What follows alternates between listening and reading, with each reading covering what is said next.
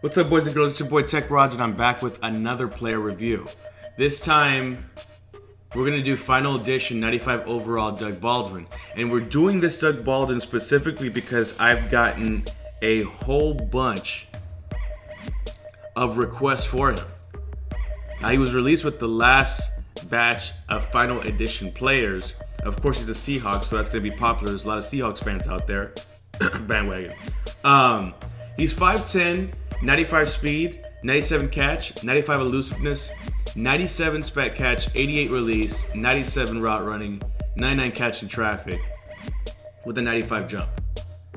Now, every time I look at a lot of players, to be honest with you, whenever I'm going to decide whether or not I'm going to review, is I look at height, I look at their style. In his case, it's short pass style, and I think, what is this player going to do for me, and can he really fit my scheme? Now, when I looked at him, I was like, okay, this is a short route running wide receiver with 84 run block, which is why I think a lot of you guys were recommending him, who probably isn't going to be too great at aggressive catching, and isn't going to be good enough for the bomb squad with that 95 speed. Like, he's going to get eaten up. There's linebackers out right now that have better than that. Now, his impact block, I believe, is it's like a 54. I think that's low. I'm not sure. Let me know in the comment section below if it's good or not. The 88 release is the number one thing that really turned me off about him, because I think, on 2-man under, he's going to get clamped down. But we're going to put him on the squad anyway and see what the big fuss is, because a lot of you guys were really excited about him. And to be honest with you, that 99 catch in traffic, the spec catch at 97, and the route running is what really intrigued me about this card. As I compared him to other cards around his overall, I noticed that he compared very well on the surface, but as we all know, that's never a really good comparison for a card, because there's so much more that goes into a card. From a trait standpoint, the other thing that worried me about him is that he didn't have high motor. He doesn't make sideline catches, which means he's not going to get a lot of those animations. But look how he compares against Jerry Rice. It says he doesn't fight for extra yards. He braces for all hits as far as covering the ball. And it says no on the clutch trait. But I'm sure a lot of you guys, when he came out, looked at the comparisons that I'm showing on screen and probably assumed that he was going to be a beast for you guys. So the best way that we can ever determine if a receiver is going to be good or not is if he plays on the field. So let's go ahead and take him out to the field to see how well he's going to do.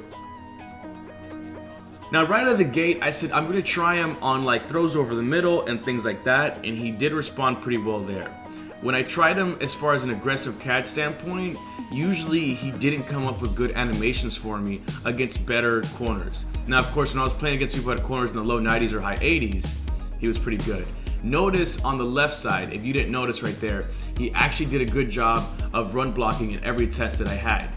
Now, I'm not going to really, zoom in, because obviously that's a given. That's why a lot of you guys came for the card. The other thing I noticed is right here, okay, that was a PA draw shot play. It should be cheesy, right? But he's not fast enough to outrun free safeties on that.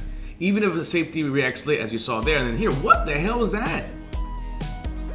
What the hell was that? Too many times he dropped balls like that.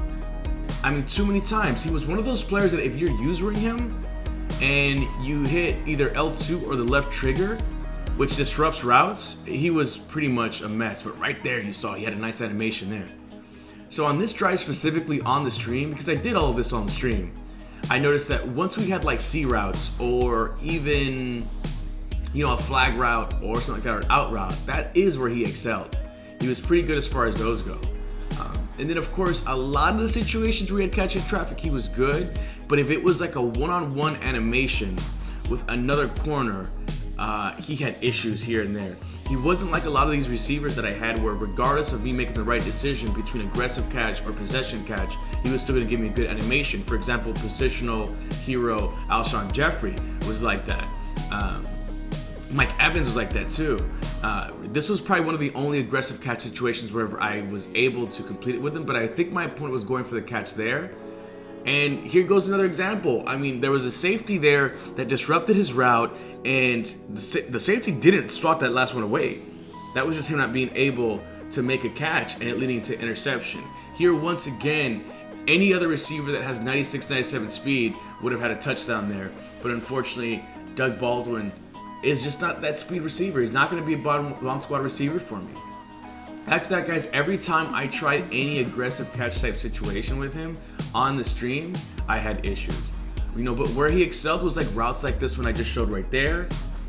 Slant routes and all those things. Like right here, that was pretty much a crossing route. And he did pretty well as far as that goes. The problem I'm seeing, guys, as I start going into my final thoughts, is that if he's not going to be great at aggressive catch, if he's going to be, just basically a route running receiver that I'm going to use for, maybe in the slot for like crossing routes, drag routes, those kind of things. You can see another really good block there. That the corner did block shit at the end, but I mean that's after 3 seconds of engagement pretty much.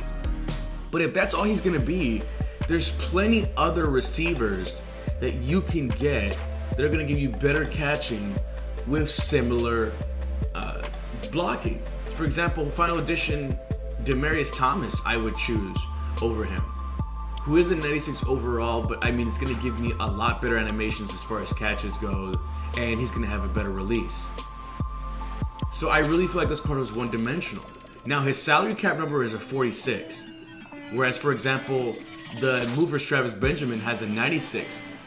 So I think on a salary cap standpoint, where you may go up against a lot of teams that don't have great dominant corners, he's going to be okay. But in regular MUT, he's not going to be worth it, even at the 70K price. You can get Michael Irvin, who does have less run blocking, but has better catching stats all around, and just a lot of other receivers. Anyway, like if you're liking the player reviews, subscribe if you're new. Let me know in the comment section if you had better luck with him. But most importantly, guys, take care of yourself. Peace.